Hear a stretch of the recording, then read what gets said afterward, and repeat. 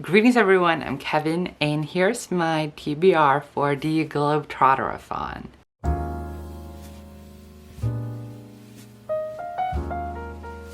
So the way that this video is going to go is I am going to start off with a book that I definitely have to read for the readathon, and then I will move into the team prompts, then the bonus prompts, and then lastly I will go through a stack of books that I am planning to read for GlobetrotterAthon. And because I have my TBR game, my TBRZ, maybe I will get like a title prompt, which is a number on a card, and that number is either a book on my TBR, like this is my physical TBR, or it's from my digital TBR spread in my reading journal, or it's that number on my Goodreads want to read list. Like, I can't control if I get that or what book I would get. So that's why this is kind of like a preliminary TBR, but I am counting on reading every single of these books that I will bring up, and it's just that the prompt that I have for the different books are not set in stone because I don't know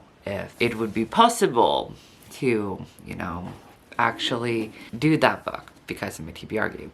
But this is what I'm planning to read, basically. So the first book that I definitely have to read is The Luck of the Titanic, which is the gorgeous group book. So this is the book that everyone in the readathon can read. Like, if you don't have this, if you don't have access to this book, that's fine, but a lot of us are going to read it, and we are going to have a live show. Me and my fellow team leaders Jane, Charlotte, and Ashley are going to have a live show discussing the book later, so it would be a lot of fun if you could join us. So this is the first book that I definitely have to read for March for GlobetrotterAthon, and this counts for both China and the US and England, but of course I can only pick 2 of these countries in the long run. You can also count this for minority representation as well as travel bonus prompt. Like, both of those are bonus prompts. And when it comes to my team, which is Team Airplane, I could count this for white on the cover because the text is white. So this is the first book that I am planning to read. So then let's move on to the team prompts. So the first thing is the starter book. So the first book that you should read for the readathon has to be connected to you, because when you travel you have to start where you are, and I chose En man som heter Ove, so A Man Called Ove, which is a Swedish book, and I will read it in Swedish. I live in Sweden, so it works out very well for that. I have been wanting to read this for a while, but I just haven't. I don't really know why. Like, I'm intimidated by it because I've heard nothing but great things about it and about him as an author. Looking at you, Charlotte, who absolutely, like, this is her favorite author, so I feel like very intimidated by reading it because I have a lot of high expectations towards it. But this is what I plan on reading for Sweden, so as a starter book. Then we move on to the prompt for my teams, which is Team Airplane, and the first prompt is white cover. So the book that I plan on reading, or that I want to read for this prompt, even though this is one of the easiest prompts, just find a book with some white on it counts, but I would like to read Along for the Ride for white prompt, for white on the cover. The title is in white, and this also goes for the US and the travel prompt as well as Tonga. Then for a quick read, I would like to read EXO. So this is a superhero story graphic novel set in Lagos, Nigeria in the future, which sounds really, really fun. And it's a quick read because it's a graphic novel, and I think it's gonna be a lot of fun to read. The next prompt is 5-star prediction, and I chose Fire from Heaven. I have this as a 5-star prediction for multiple reasons. The main one is that it's an Alexander the Great retelling, which is queer. That's it. I love ancient stories, like ancient Greek, ancient Rome, as well as ancient Egypt, but also ancient China, I think is also very interesting. Like the ancient times in any place I find very interesting. So I do think I have high expectations for this, and I would read it for both Greece as well as South Africa because the author is South African. The next prompt is turbulence, which is to read a book with mixed reviews, and for that I chose 1001 Nights because I have seen a lot of like 3 stars, 4 stars, as well as 5 stars. I feel like no one is really agreeing on the book in that way, so counts for mixed reviews. Like mixed reviews doesn't have to be like some people love it and some people hate it. Can be, you see a lot of people giving it 4 stars, a lot of people giving it 5 stars, some people saying it's the best book, some people calling it disappointing. That counts as mixed reviews, so I will be reading this for mixed reviews. It's a collection of short stories or collection of stories only that has to do with Arabian kind of fairy tales or stories or myths, something like that, which I find very interesting. As I said, I love all things like ancient, and ancient Arabia is something that I am very intrigued by, have always been. Like my main ancient place apart from Greece is Egypt, and I know that this isn't ancient Egypt, but I feel like ancient Arabia is also something that I'm very interested in. I would be reading this for Lebanon as well as England. And then we move on to the bonus prompts. And the next prompt is travel. And as I said earlier, I plan on reading along for the ride for that prompt as well as White Undercover. And many of the books that I have already talked about fit the next bonus prompt, which is minority representation. Like a lot of the books count for that. So we have like a lot of minorities already, but the one that I chose was because I wanted to fit this book in, and it's Game of Stars, the second book in the Kiranmala and the Kingdom Beyond series. I adore the first book. It was on my favorite books of 2021 video. So I really adore the first book and I can't wait to read this book, which is the second book. Character, she is super funny. She's super cool. And she has to deal with all of these like mythological beings, these creatures she thought was fiction, just a part of Indian fairy tales and mythology, and they happen to exist. And it's super fun. Like I absolutely adore the first book, so I can't wait to read this. And the next bonus prompt is Flags Colors, and the book that I chose for this is Makeda, Queen of Sheba, mainly because I have this book as an ARC from NetGalley, so thank you NetGalley for that. And it's a very short book about this, from what I understand, she's a mythological queen, or like from a story, like maybe from a fairy tale or something like that. And it's an Ethiopian folk tale kind of, I think. And it sounds very interesting. It's like the art in this book is really beautiful. It's a very short book as well, so I don't feel like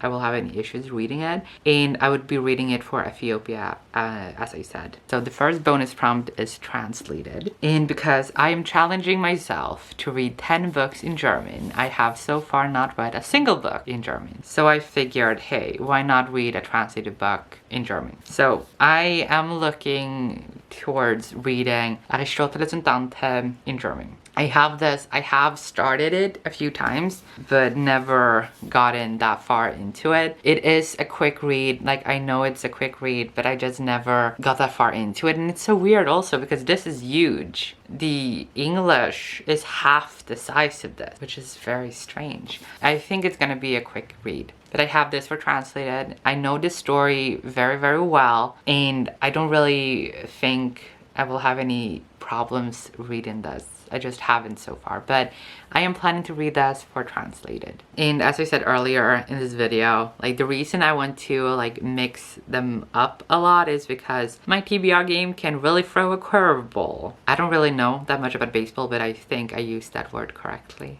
We don't have baseball here. I've never met someone who played baseball in Sweden. I've never seen baseball in Sweden. Yeah, I think I used that term correctly though. I hope so. Then we move on to the stack of books that I talked about that if for whatever reason my TBR game is being mean to me, maybe I can fit one of these books in. And as I said, like as well for GlobetrotterAthon, you don't have to read books only for the prompt. If you want to read a book for a specific country, you can. You don't have to read only 8 books at most for the 8 prompts, or the 9 including the starting book. You can just read books for countries and count them for countries if you want to. So no matter what, I am going to read all of the books on this list, but I might not read them for the specific prompts that I mentioned, because maybe for my TBR game I will get something else. I don't know, we'll see. But the first book that I am going to read for GlobetrotterAthon, and if my TBR game picks this, I will maybe fit it to a prompt. I don't know how to do that yet, but I want to read this for GlobetrotterAthon, and it's Henny and Ishu's Guide to Fake Dating. This is like these 2 girls who are Bengali and they live in Ireland, and from what I understand, one of them is bi and she wants to prove to her friends that she dates a girl. Like, you're not bi unless you're dating a girl, something like that, I think. And these 2 girls fake date, and I think it's gonna be a lot of fun. I think it's gonna be really, really cute, and I would read this for Bangladesh as well as Ireland. The next book is actually a book that I want my students to read. I'm going to explain why. It's Julius Caesar by Shakespeare. So William Shakespeare, but as a graphic novel. And I actually say that for people who has to read William Shakespeare for class or anything, read it as a graphic novel. If you have an issue reading it as a play, read it as a graphic novel. Nothing is taken out. Like, the story is the same. A play is written in dialogue. So you're not losing anything from reading it as a graphic novel. You're actually gaining something by reading it as a graphic novel. So, and I'm saying that as an English teacher who loves William Shakespeare. So if you want to read, like if you have to read a William Shakespeare book or a play in university or high school or whatever, you can read it as a graphic novel and you won't lose anything. You will only have an easier time telling the characters apart, and you might be able to get through it quicker if the play style doesn't work for you. Maybe you shouldn't tell your professor though, because I know that some English professors are very traditional and conservative in the way that there is only one way to read a book, and I don't agree. Like, if my students would have to read William Shakespeare, I would say like, here, you can read this as a graphic novel, it's fine. Because as I said, it's only like the dialogue is it's the same. They actually have like the act explanations the same, but this is the difference. You get the characters. You have an easier time telling them apart. But this, now that I went through all of that, I'm sorry.